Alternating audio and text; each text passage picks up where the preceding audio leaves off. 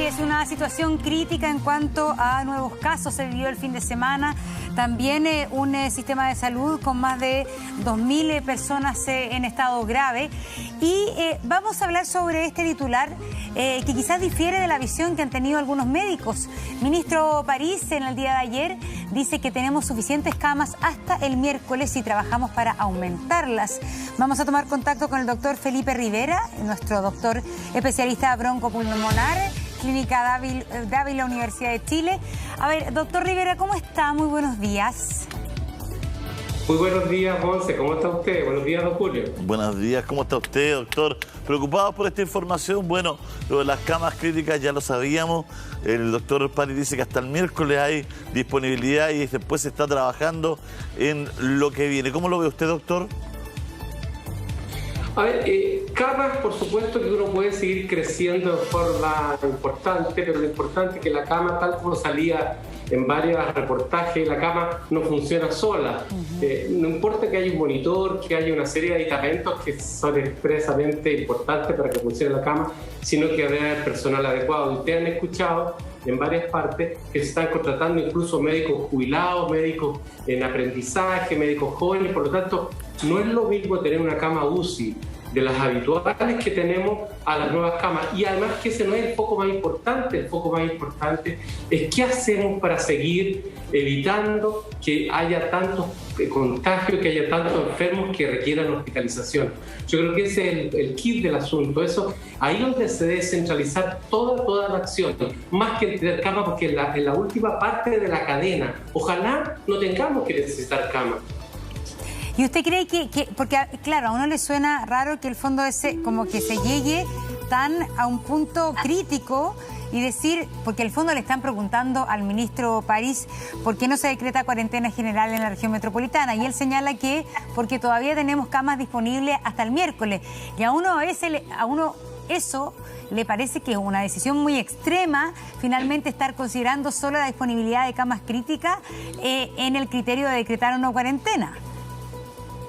¿Qué es el problema? El problema es que uno, cuando ve situaciones epidemiológicas tan severas, tan críticas, uno debe ser lo más proactivo posible, es decir, evitar que ocurra la parte final del problema. Evidentemente evitar que la gente se muera y evidentemente evitar que la gente tenga una enfermedad grave. Pero para eso nosotros ojalá seamos preventivos. Si la medicina preventiva es la que mejor funciona. Yo en este sentido siempre me acuerdo de cosas personales. Yo el fin de semana estuve trabajando prácticamente 12 a 14 horas el sábado y el domingo, viendo familias enteras que se hospitalizan. No estoy hablando de una sola persona, soy 4 o 5 personas de la misma familia, claro, todos hospitalizados y todos graves. Y gente de edad de 60 años, 40 y 30, embarazadas con 20, con 30. Esa gente, claro, evidentemente hay cierta tranquilidad si se tiene una cama, pero el riesgo de mortalidad es alto, por lo tanto, evitemos que eso ocurra antes. ¿Cómo lo podemos evitar? Disminuyendo la movilidad. Yo sé que es una medida gravosa, tremenda, difícil, pero en este momento es una de las pocas soluciones que tenemos para seguir evitando esta hecatombe. Es una cuarentena mucho más estricta, con medidas eficientes, aunque sea corta, pero 15 días probablemente nos van a permitir tener una serie de elementos para tratar de solucionar el problema álgido que está haciendo. ¿Cuál es? Que tenemos gente que está teniendo gran dificultad para hospitalizarse. Es cierto, tenemos 180, 170 camas, pero vemos los que trabajamos con intensivo en diversas partes, vemos que a la gente no es tan fácil llegar al hospital y subir corriendo a la cama. Las camas están en una movilidad dinámica muy importante que hace que la espera en urgencia, que la espera en ambulancia, que la espera que llegue hacia el ingreso hacia intensivo y que lo vea un médico absolutamente capacitado, no es tan fácil. Claro. Sí, doctor, lo que hablaba usted es bien, me comentaba un doctor amigo, la cantidad de parejas jóvenes que llegan, hablo jóvenes entre 40 y 50 años, que tienen hijos, que son más pequeñitos.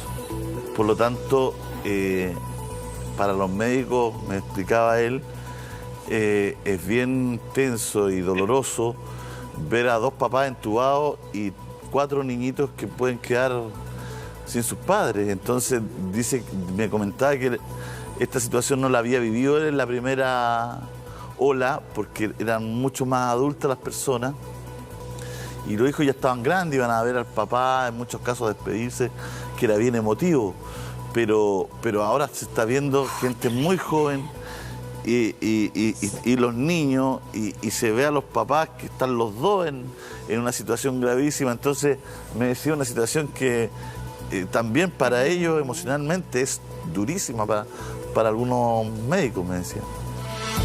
Exactamente, sí, eso es lo que yo quiero tratar de transparentar y decir, porque nosotros escuchamos todos los días cifras. Yo no veo cifras, yo veo seres humanos. Y en este momento me recuerdo de familias en las cuales, no voy a decir de a dónde, pero se ha fallecido el padre, la madre está en ventilación mecánica, uno de los hijos en ECMO. Entonces, suponemos que ahí va a haber una mortalidad, una letalidad tremendamente alta. Eso es lo que queremos evitar. Y nosotros lo que pensamos, yo no soy el que toma las decisiones, no soy experto en tomar decisiones que involucran tantos ámbitos económicos, sanitarios, sociales, etcétera. Pero lo que sí puedo decir es que en este momento, ¿cuál es el arma más eficiente que tenemos para seguir evitando que la gente llegue a los hospitales, que se contagie, que este N tan alto que tenemos? Porque la cifra de hoy día va a ser engañosa, no podemos quedar con que hoy día van a bajar los casos, que sabemos que eso corresponde a viernes, sábado, y la cifra el martes, sábado, domingo. Por lo tanto, tenemos que actuar con lo que pasó el viernes, e incluso tomando las cifras de hoy, probablemente, como pasó la semana pasada, comparada con el mismo día hace 2 o 3 semanas, en 1.000, 2.000 casos más altos. Por lo tanto, eso, si no lo hacemos, el único arma que tenemos es cuarentenar Santiago completo. Y eso significa una cuarentena eficiente, disminuir la movilidad, con todo lo otro que significa ayuda social, ayuda económica, resguardar las cosas esenciales, verdaderamente esenciales. Si uno camina por las calles y parece fiestoca de Año Nuevo, como la gente anda, ¿cierto? No me parece cuarentena. Yo me tocó salir todo el sábado, tal como dije, todo el domingo, y vi calles más vacías que la semana, por supuesto, porque siempre es así los sábados y domingos, especialmente cuando uno sale temprano. Pero no vi una cuarentena como los primeros días, que ya de por sí no fue eficiente. Recordemos que unos estudios por ahí que hizo, no me acuerdo si la Universidad de Chile, demostró que en la primera pandemia la movilidad se disminuyó apenas un 40%. Yo creo que ahora no estamos ni siquiera con ni siquiera en esa cifra de disminución de movilidad. Sí, y quería justamente ahondar en el tema que decía Julio, doctor, porque tengo la sensación de que hoy día adultos mayores internados o en ventilación mecánica son muy pocos. Y efectivamente le está ocurriendo a personas más jóvenes, padres de familia. Tal como decía usted, bueno, el viernes nosotros ya habíamos terminado el programa, pero murió un trompetista que es muy conocido, Cristian Cuturrufo, un hombre que ha hecho también, de la trompeta y el jazz algo mucho más popular y todo. Y efectivamente su señora ahora la dieron de alta, pero había estado muy mal, muy mal. Y ellos también son padres de 3 hijos. Entonces, la verdad es que ahí uno se topa con una realidad que es durísima, es durísima. Y en ese sentido, claro, hoy día los adultos mayores, me imagino que usted coincide con nosotros, están mucho menos en riesgo, muchos de ellos ya están alcanzando la inmunidad, se cuidan mucho más también, pero este grupo que está con gran porcentaje de hospitalización y todo, es un grupo súper complejo por un montón de cosas, Doc. Correcto. Lo que pasa no es que hayan desaparecido los pacientes, ¿no es cierto?, adultos mayores de la hospitalización y de las cosas graves, pero sí hemos visto un aumento importante de gente más joven. Recordemos que en nuestro país, dentro de los muchos récords que tiene, uno de los récords que tiene es la obesidad, diabetes, hipertensión, más que el concierto latinoamericano, incluso me atrevo a decir que a nivel mundial. Entonces, por lo tanto, nuestros jóvenes son gente que ya viene con una carga de morbilidad, una carga de enfermedad importante, y esos son, pero también estamos viendo gente joven que aparentemente por lo menos no tiene otras enfermedades, y eso lo estamos viendo, que ocupan una cama de UCI, que se conecta a la ventilación mecánica, que ocupan un ventilador, y lo más importante es un personal que se preocupa, como siempre, con tanto cariño y con tanto esfuerzo, pero realmente hasta el cansancio parece de pelogrullo lo que decimos, pero que está cansado, nunca jamás hastiado, pero cansado, y cansado de las cosas a veces no resultan tan bien, y no nos podemos estar, ¿no es cierto?, pensando en que ya va a pasar esto, que estamos vacunando. Es cierto, si estamos vacunando, y eso hay que aplaudirlo, pero en todos los tonos hay que decirlo, estamos haciendo tremendas cosas, mejor que Israel, mejor que muchos países, pero eso requiere un tiempo, y ese tiempo que tenemos se nos va a morir gente. Recordemos que cada vez que tomamos una acción, esta acción repercute, para bien o para mal, aproximadamente 2 a 3 semanas después. Por lo tanto, es ahora que hay que tomar decisiones duras, yo entiendo, pero lamentablemente es así, porque nosotros nos encontramos con una angustia tremenda de ver gente que está muriendo, gente que está sufriendo, y que aparentemente las cosas, ¿no es cierto?, siguen funcionando en forma tan libre que nos mueve a pensar que realmente la efectividad de las medidas que se están tomando no son tan eficientes como se cree que son. Bueno, hablábamos de los casos activos. Yo estoy buscando acá porque había una cifra que era bien alarmante, doctor, y que nos gustaría que nos explicara por qué es tan importante, ¿no? Se hablaba de que de diciembre hasta la fecha han aumentado en 10 veces la cantidad de casos activos, lo que hace que precisamente nuestras cifras sean exponenciales a nivel de contagio, ¿no? Exactamente, sí. ¿Cuál es la gente más importante para que la pandemia se siga expandiendo? La gente contagiada. La gente contagiada, ¿no es cierto?, que es capaz de infectar. Siempre acuérdense, ¿no es cierto?, del número mágico, esta R que siempre nos habla. Tenemos una R mayor que 1, significa que un paciente contagiado contagia más que 1. Y si contagia más que 1, significa que la pandemia sigue creciendo. Por otro lado, escuchando los reportes, vemos todos los días que se encuentra gente contagiada, con contactos positivos, con PCR positivo, trabajando, ¿no es cierto?, libremente por las calles, y eso están contagiando. Y no pensemos ni siquiera en cuántos asintomáticos todavía tenemos, a pesar de la búsqueda activa. Por lo tanto, significa que hay un porcentaje enorme de gente con capacidad de contagiar y un porcentaje enorme todavía de gente que puede ser contagiada, porque tenemos mucha gente todavía no vacunada, a pesar que tenemos alrededor de 5 millones, pero no somos 20 millones. Por lo tanto, hay 15 millones. Y hay que acordarse que estamos llegando a unas etapas de gente con cierta edad que el mayor porcentaje, hay un porcentaje mayor que los adultos mayores que no quieren vacunarse. Y a ese sentido tenemos que entonces insistir y dar un mensaje, una comunicación de riesgo de enfermedad que aparentemente la gente no la tiene, y no la tiene por la idiosincrasia de nuestro país, pero también por la comunicación de nuestra autoridad y probablemente nosotros mismos, que estamos dando una sensación de seguridad que todavía no debiéramos tener. A ver, y doctor Rivera, efectivamente nosotros aquí en los reporteos que hacemos habitualmente nos hemos encontrado un par de veces con adultos mayores que no quieren vacunarse. ¿Usted también ha recogido que este es un porcentaje también que hay que ponerle atención? Hay un porcentaje importante de las personas que estaban ya dentro del grupo que se podía vacunar y que no han asistido por distintos prejuicios, mitos, temores.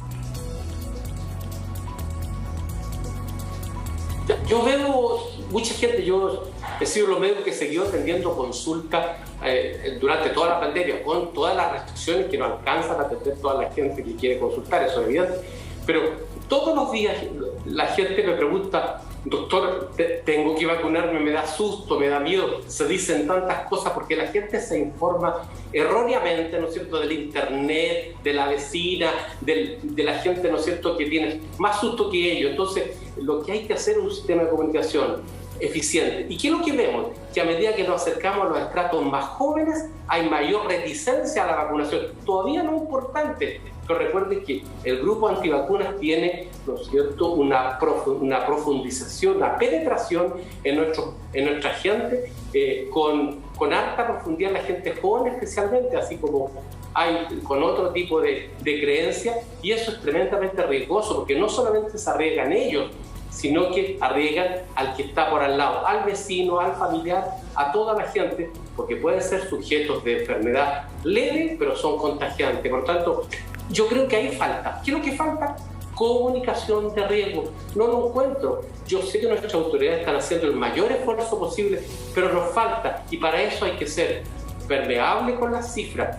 Yo me gustaría saber, y a todos nos gustaría saber, como lo conversábamos el viernes, no me acuerdo cuándo, es decir cosas claras. ¿Cuáles son los elementos que se están utilizando? Porque siempre se habla, tenemos cifras, nosotros creemos que, etcétera. Entonces, a mí me falta eso para que la gente vea cuánta gente enferma hay, la realidad que se vive en los hospitales, la realidad que sí, porque muchas veces en los hospitales hay mucha gente que está esperando la cama de UCI, ¿no es cierto?, en urgencia, en la ambulancia, y que eso no están contabilizados todavía en forma adecuada para decir que faltan o que quedan camas de UCI.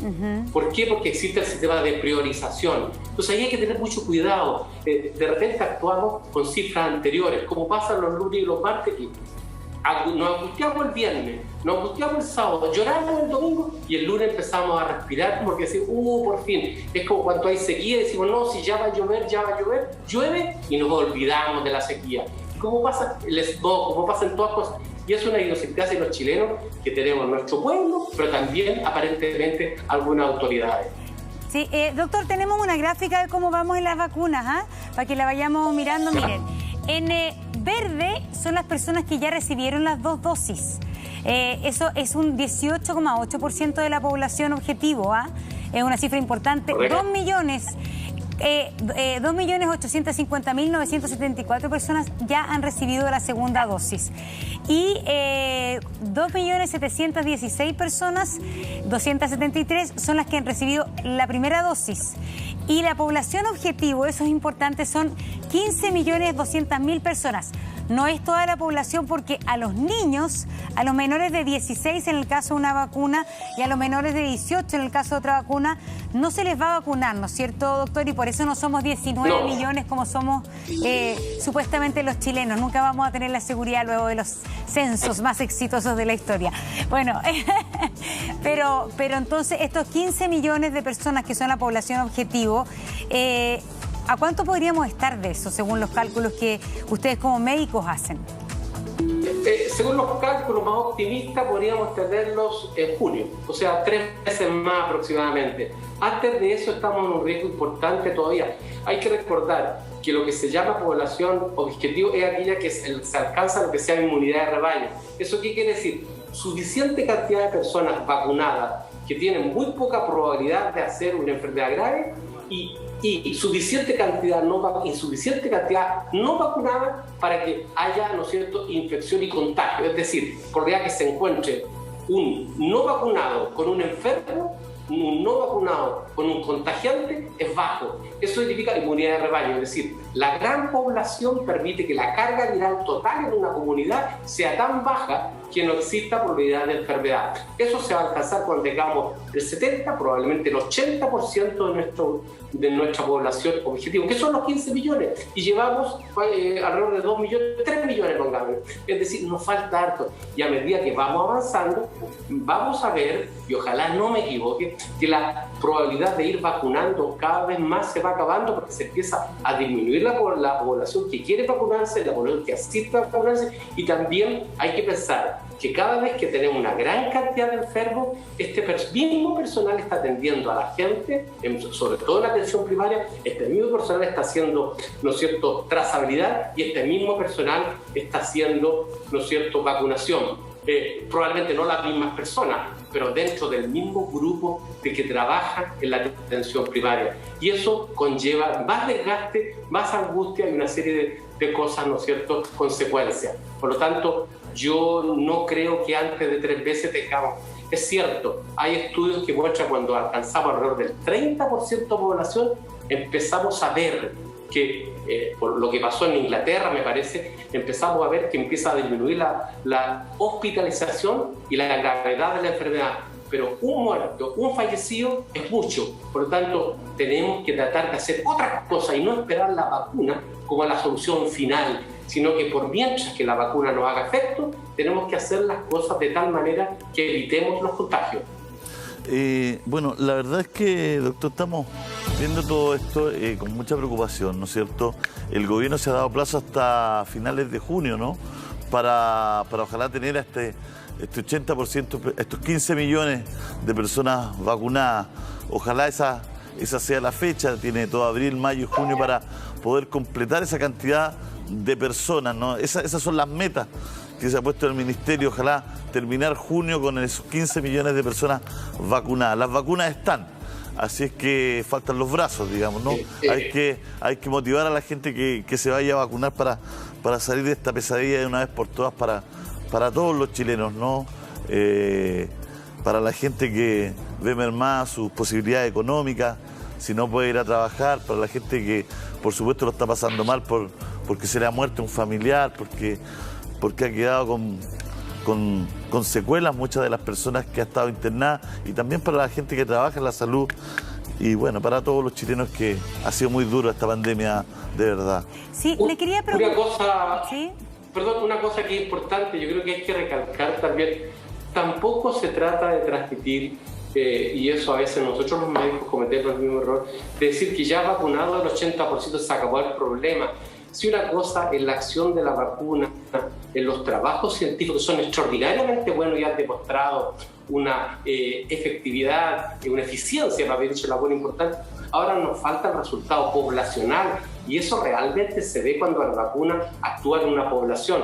O sea, yo diría que si bien es cierto el riesgo lo vamos a tener muy disminuido en junio, julio, vamos a tener que seguir usando medidas de mascarilla, distanciamiento, probablemente todo este año, hasta no ver realmente la disminución, porque nuestras vacunas realmente, para ver cómo funcionan categóricamente, eso acciona a nivel poblacional, es decir, cuando las vacunas se dan toda la gente, ya no es un trabajo científico, en lo cual todo está tan acotado, tan estudiado, el paciente, el sujeto sometido al experimento, entre comillas, sin nombrar una palabra peyorativa, sino que es eso, tiene todas las condiciones controladas, y eso no ocurre a nivel de la población. Por lo tanto, sí, estamos seguros con la vacuna en junio, pero no estamos seguros de sacar y decir, y lo que pasó en Europa después de las vacaciones, lo que ha pasado, ¿no es cierto?, después que disminuyen las cifras, que toda la gente sale corriendo a los restaurantes, corriendo a los malls, corriendo a todas partes,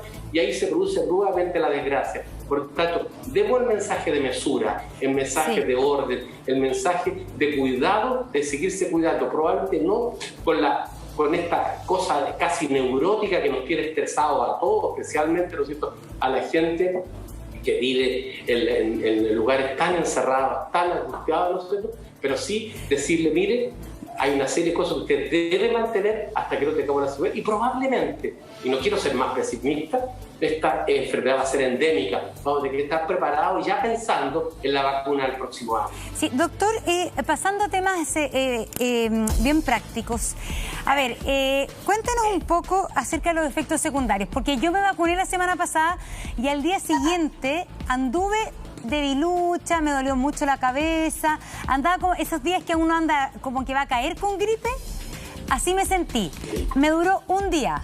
Tengo la mamá de una amiga que le dio vómito durante un día y al día siguiente se sintió bien. Incluso a una persona que tuvo fiebre 2 días. ¿Es normal ese tipo de efectos secundarios o no?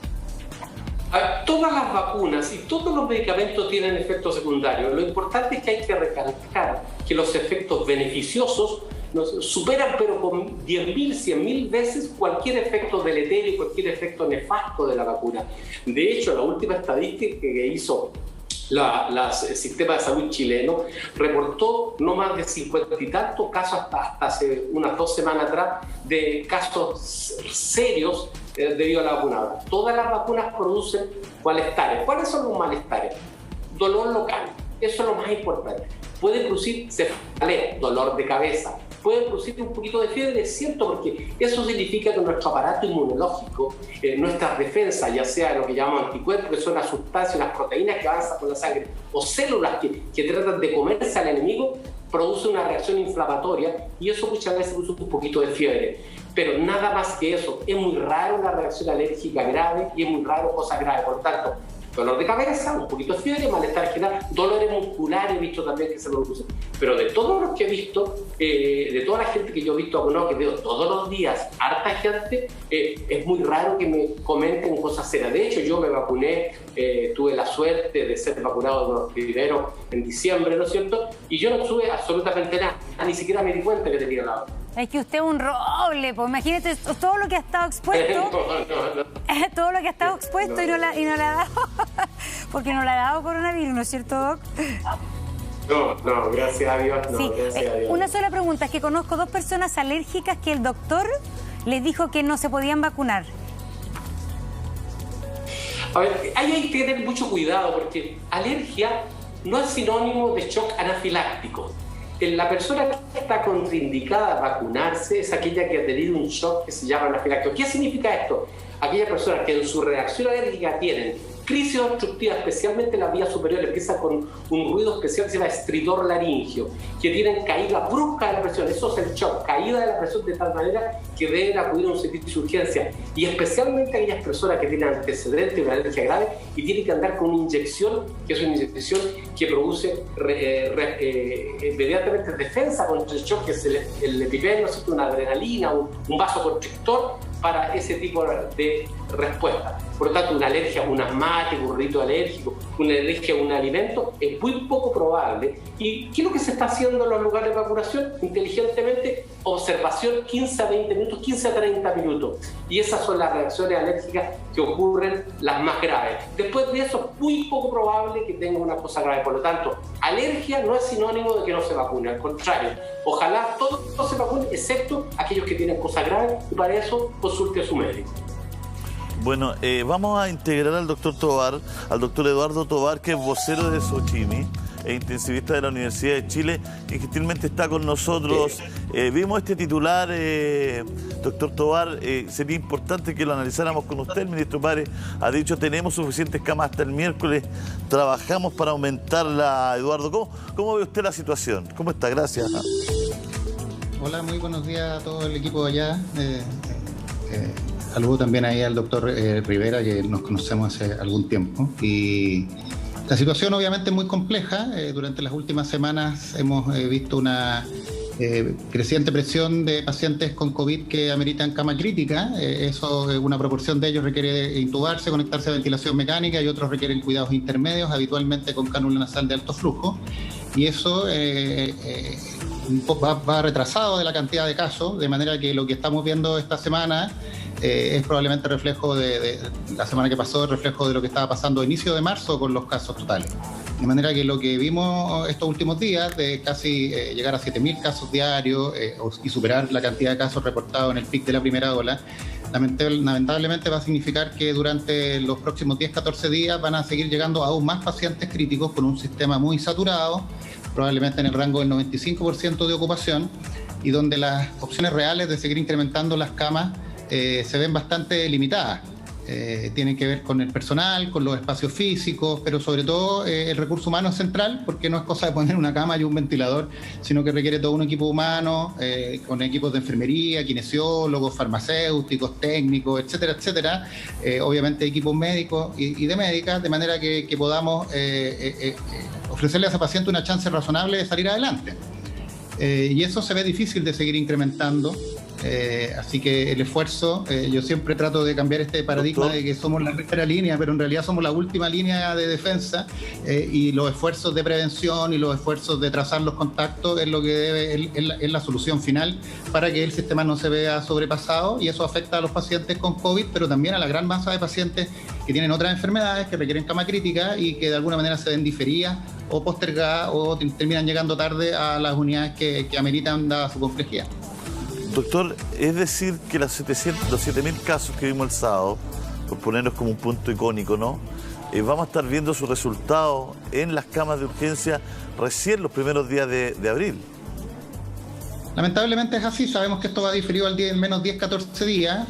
Los números pueden cambiar porque cuando baja la edad de los pacientes, la proporción que requiere cama crítica puede caer, pero si nos ponemos en un escenario habitual de 3%, algunos dicen hasta el 5%, de pacientes totales que demandan hospitalizarse en unidad de cuidado intensivo, cuando tenemos 7.000 casos diarios, estamos hablando alrededor de 200 pacientes que en 10 o 14 días van a demandar camas críticas.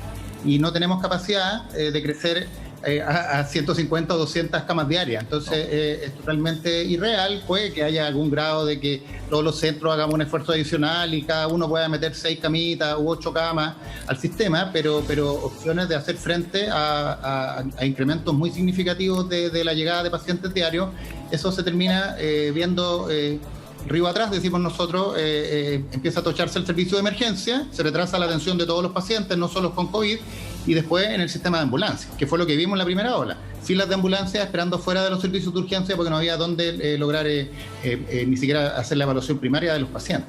Entonces, doctor, claro, ¿y cómo es? A uno le cuentan esto, pero a veces se olvida como del día a día de ustedes, de lo que ha implicado esta segunda ola. No sé cómo lo siente usted, cuál ha sido la exigencia, el ánimo, lo que ven cotidianamente, el tipo de paciente, el tipo de gravedad de la enfermedad durante estas últimas semanas. Yo diría que hay algunas semejanzas y hay algunas diferencias con lo que vivimos en primera ola. La primera ola, desde el punto de vista del personal sanitario que se sumó, había mucha más épica que lo que vivimos hoy, porque uno no le puede pedir épica ni sacrificios adicionales a la gente cuando uno llega a la casa y ve que está todo el mundo en una proporción de, lamentablemente, los compatriotas parece que no estuvieran viviendo la pandemia, que la pandemia es algo que pasa en las noticias o que vive dentro de los hospitales, pero que siguen desobedeciendo las instrucciones mínimas de mantener la distancia física, haciendo eventos u otras actividades que obviamente son de alto riesgo. Por otra parte, mucho personal fatigado, muchos equipos que uno conoce, médicos, enfermeras con licencia, fuera de circulación, que el psiquiatra lo evalúa y les dice, sabe que no puede volver al sistema rotativa de turno, lo que significa una altísima rotación del personal. O sea, uno se da una vuelta por la UCI clásica, decimos nosotros en el sector C de nuestro hospital, y probablemente el personal que tenemos hoy debe ser el 50% o menos del que teníamos en marzo del año pasado. Algunos han salido a apoyar otras unidades, pero otros por diversos motivos han ido lamentablemente saliendo de circulación. Y los equipos más jóvenes que se han incorporado, muchos de ellos con mucho entusiasmo, con ganas de aprender, obviamente tienen una curva de aprendizaje y nosotros de alguna manera los más seniors, que ya llevamos 15 o 20 años haciendo cuidados intensivos, tratamos de estar encima de los equipos más jóvenes, de apoyarlos, de brindarles soporte, pero es difícil. Es difícil porque son pacientes que no solo están gravemente enfermos, sino que además está todo el tema de la soledad, del sufrimiento, de tener que llamar a las familias, de algo que no estamos acostumbrados. Los pobres pacientes despiertan y nos ven a nosotros llenos, disfrazados enteros de elementos de protección personal, claro. Muchos de ellos con el cerebro normal, con delirium, con situaciones que son complicadas. Entonces, es una patología bien mala, no solo desde el punto de vista de que es muy grave en lo biomédico, sino que además todo lo que rodea la relación con los familiares que suelen estar permanentemente en la unidad de cuidado intensivo lo hace más terrible. Y eso hace que mucha gente de la nuestra y de la que se sumó a colaborar esté reventada emocionalmente, y eso uno lo ve, lo palpa todos los días. Entonces, qué fuerte lo que dice usted, porque en el fondo también el paciente está conectado en una cama crítica.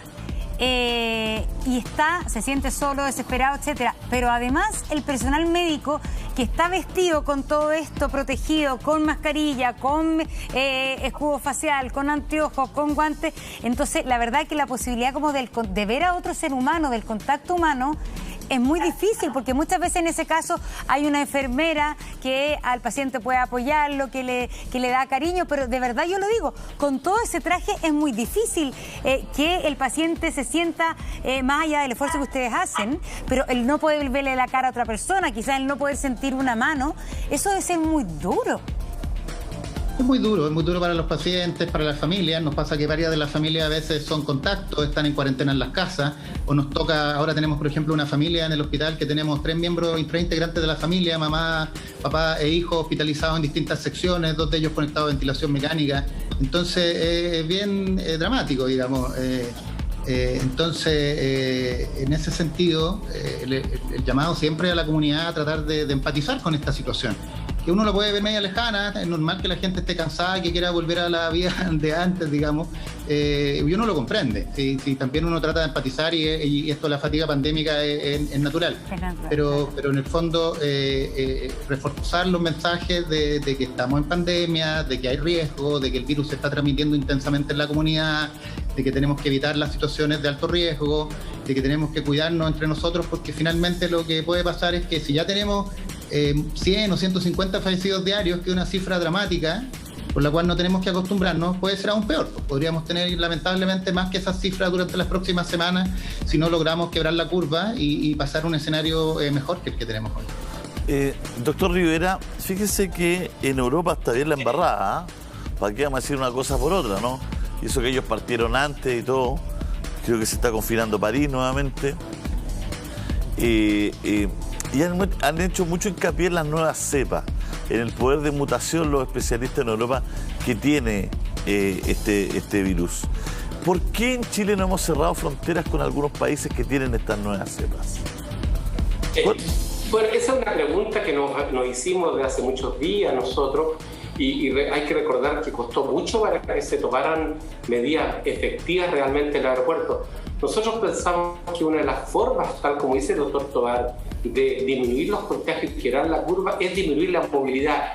Y la movilidad implica no solamente en Santiago, en el resto del país, sino que la gente que llega especialmente de lugares donde se ha visto que hay cepas tremendamente contagiantes y probablemente con mayor letalidad. Tenemos nuevas cepas en Manaus, en Inglaterra, en Sudáfrica y muchos otros lugares, una canadiense por ahí que está saliendo. Hay por ahí, me parece claro, la cepa boliviana no sabemos, todavía no hay estudios fríos, categóricos de mayor letalidad, pero sí de mayor contagiosidad. Por lo tanto, cada vez que tenemos mayores contagios, hay mayor cantidad de muertes, aumenta la mortalidad. Por lo tanto, nosotros somos partidarios actualmente, en estos momentos, por lo menos lo que a mí me afecta, a mi opinión, es hacer una especie de cierre temporal de la frontera, evidentemente, no hay cierre perfecto ni cierre total, pero sí con harta, ¿no es cierto?, acuciosidad, la cuarentena total de la gente que llega de fuera de Santiago. Impedir los viajes que vayan y vengan desde Brasil, en estos momentos creo que sería lo más lógico, porque ahí tenemos álgidamente, ¿no es cierto?, la probabilidad que nos llegue una cepa que a lo mejor no sabemos. Aparentemente las vacunas están sirviendo contra algunas cepas, pero ya hay estudios preliminares que hay algunas cepas que a lo mejor la vacuna no es tan eficiente. Por lo tanto, la respuesta yo no la tengo. ¿Por qué no se ha hecho? Nosotros hemos dado la sugerencia de que debiera ser mucho más proactiva la acción a nivel de nuestras fronteras, y eso implica cierre de la frontera no significa que no se pueda dejar entrar a nadie. Aquellos que entran tengan la precaución de estar encerrados, no 3 días. ¿Por qué? Porque un PCR negativo no lo exime de tener una enfermedad. 2 PCR nos da una alta probabilidad, pero separado por varios días, 72 horas. Y segundo, ¿no es cierto?, la gente que viene de otros países, por ejemplo, en este caso Brasil, de repente se contacta al aeropuerto. El otro día en un diario salía un chiste que decía una tremenda fila separada por 4 metros, la gente con maleta y cuando estaban dentro del avión estaban todos juntitos. Entonces, y eso es lo que pasa. Nosotros vemos ciertos sectores en que se hacen las cosas muy bien, pero hay otros sectores que se hacen las cosas tremendas. Es lo que pasa en el metro, es lo que pasa en el Transantiago o la red, no sé cuánto que se llama ahora, ¿no es cierto? Es lo que pasa en esos lugares. Por lo tanto, aeropuertos, colegios, iglesias, restaurantes, mall, en estos momentos deberíamos ser proactivos y pensar qué es lo que es mejor para evitar muertes. Y eso es lo que hay que pensar. Probablemente la cosa económica va a ser terrible, pero para eso tenemos un Estado, ¿no es cierto?, que nos tiene que ayudar, que tiene que ayudar a los más desvalidos, y una población que tiene que entender que en estos momentos también tiene una acción que tomar. La gente de nuestro país no puede ser pasiva. ¿Y qué es lo que tiene que hacer? Cuidarse, quedarse en la casa. Uno ve, de repente, yo veo por donde yo vivo, que hay señoras con su marido, con las 2 guaguitas, con el coche, con 3 hijos, con patines que van a comprar al supermercado. Claro, con permiso, pero eso no es posible. O sea, no puede ser que dejen todas las compras para tengan todas que comprar el fin de semana. Explicaba el doctor Bernucci que la cantidad de permisos que se están dando diariamente, eso es posible. ¿Cómo toda la gente va a tener que salir a comprar todos los días o los 2 días que hay necesidad de permiso? Por lo tanto, ahí hay que poner hincapié cuando hablamos de las vacaciones. ¿Cómo es posible que se hayan dado millones y millones de vacaciones a un mismo lugar? Entonces, esas cosas parece ser que hay falta un poquito de acuciosidad para hacer las cosas un poco más científicamente apoyadas. Son las 9:41, vamos a hablar de las elecciones, ahí vamos a ver un titular, porque ministro París y cuarentena antes de elecciones puede ser un argumento que hay que tomar en cuenta. Salió la CADEM, el 61% está de acuerdo con volver a cuarentena total y el 62% está de acuerdo con postergar las elecciones de abril. Eso dice la última encuesta CADEM que acaba de salir hace poquito rato. Así es que vamos a hacer un alto y volvemos con mucho más contenido aquí contigo en la mañana.